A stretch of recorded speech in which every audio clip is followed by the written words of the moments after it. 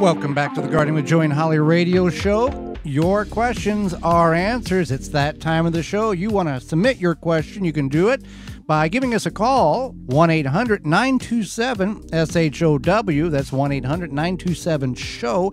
Or if you'd much rather submit it via electronic mail, you can do that emailing us at gardentalkradio@gmail.com. Electronic mail, that's what it's called, Holly. I know that's what it's called. I don't You didn't think this country boy knew what electronic mail was, huh? I just haven't heard anybody say that for a long, long time. gardentalkradio@gmail.com is that electronic mail address.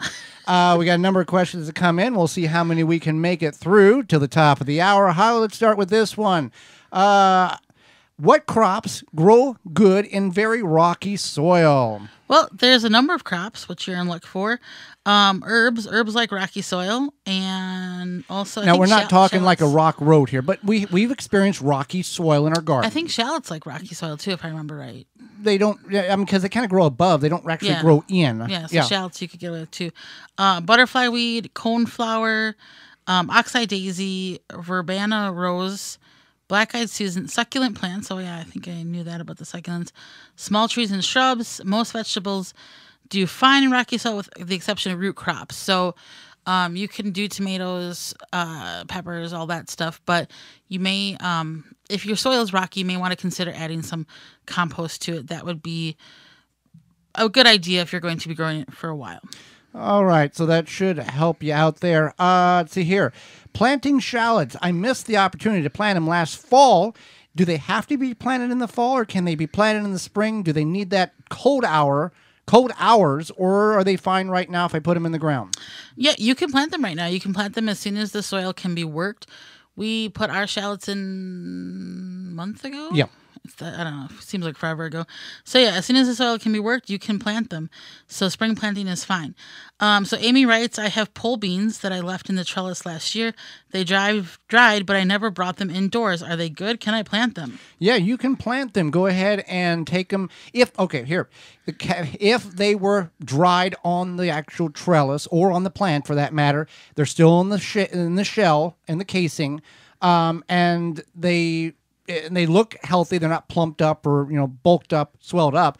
Go ahead and put them in the ground. They in nature, they will fall. Tomatoes do this. They fall. They sit there. They overwinter and they grow. So go ahead and use them. Yep. So another question is, I have a neighbor down the street that has horses, has a sign up front that says free horse manure, and I've been tempted to pick it up and put the horse manure in my garden, but I'm not sure if I can use it fresh or I have to wait a couple of years for it to age. What should I do? Also, is there a difference between horse manure and cow manure? Horse manure, cow manure, both will burn your garden and your plants if it is not properly broke down. You need to allow it to age. Well-aged manure, allow it to overwinter, or if you can put it in a pile and it'll take a couple of months.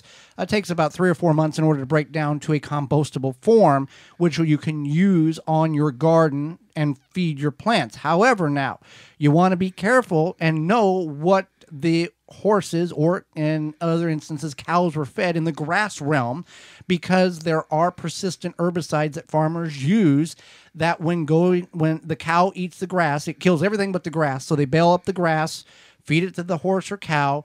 They process it. The animal kicks it out the back end. It turns into manure. You pick it up. You turn it into compost. That herbicide is so persistent that it's still active, and it will kill or greatly damage your broadleaf plants, your peppers, your eggplants, your potatoes, your tomatoes. And it can take many, many years to remitigate the soil by natural means in order to detoxify basically the soil in which you're growing in. If you want to learn more about this, you can go to Growing a Greener World, or just type in killer compost in your search engine. Joe Lampo has this he's documented this in an episode. He did this, so we're warning you because it can happen. Right. All right, Holly, is kelp or seaweed good for the garden? Well, first of all, seaweed collection for personal use in small quantities does not require a license. You do want to check your area. Yeah, in most places, or do it at night. Or do it at night. Yeah. Yeah. You didn't hear that from us. or on a cold day Yeah. where there might not be any people around. But you can put kelp or seaweed into a bucket or a large glass container, jar, what have you. Fill it with water. You leave this in the sun covered for a few days, and you make this seaweed tea.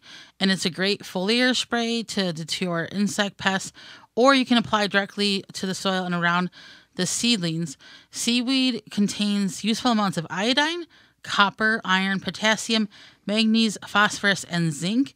If you are concerned about salt, seaweed can be spread out over the driveway and rinsed with a hose. We have copper in there, which raised beds is treated with copper, so it is an element. So a lot of controversy. Should I have raised beds treated or untreated? If you don't want it treated, get pine. Use Timber Pro Coatings UV internal wood stabilizer. If it's treated, very little leaching, if anything, will happen. Hey there, gardeners. Thanks for checking out this segment of the Gardening with Joey and Holly radio show. If you like what you've seen, you can search through the channel and find full in-studio videos of the entire show. If you want to go another route, you can search for it on your favorite podcast platform by searching the Wisconsin Vegetable Gardener radio show or the Gardening with Joey and Holly radio show, and you can download it and take it with you. You can check out all past seasons at our website, thewisconsinvegetablegardener.com, under the radio tabs at the top of the page. We thank you for joining us. We hope you've learned and enjoyed the show, the segment, and we'll see you next time.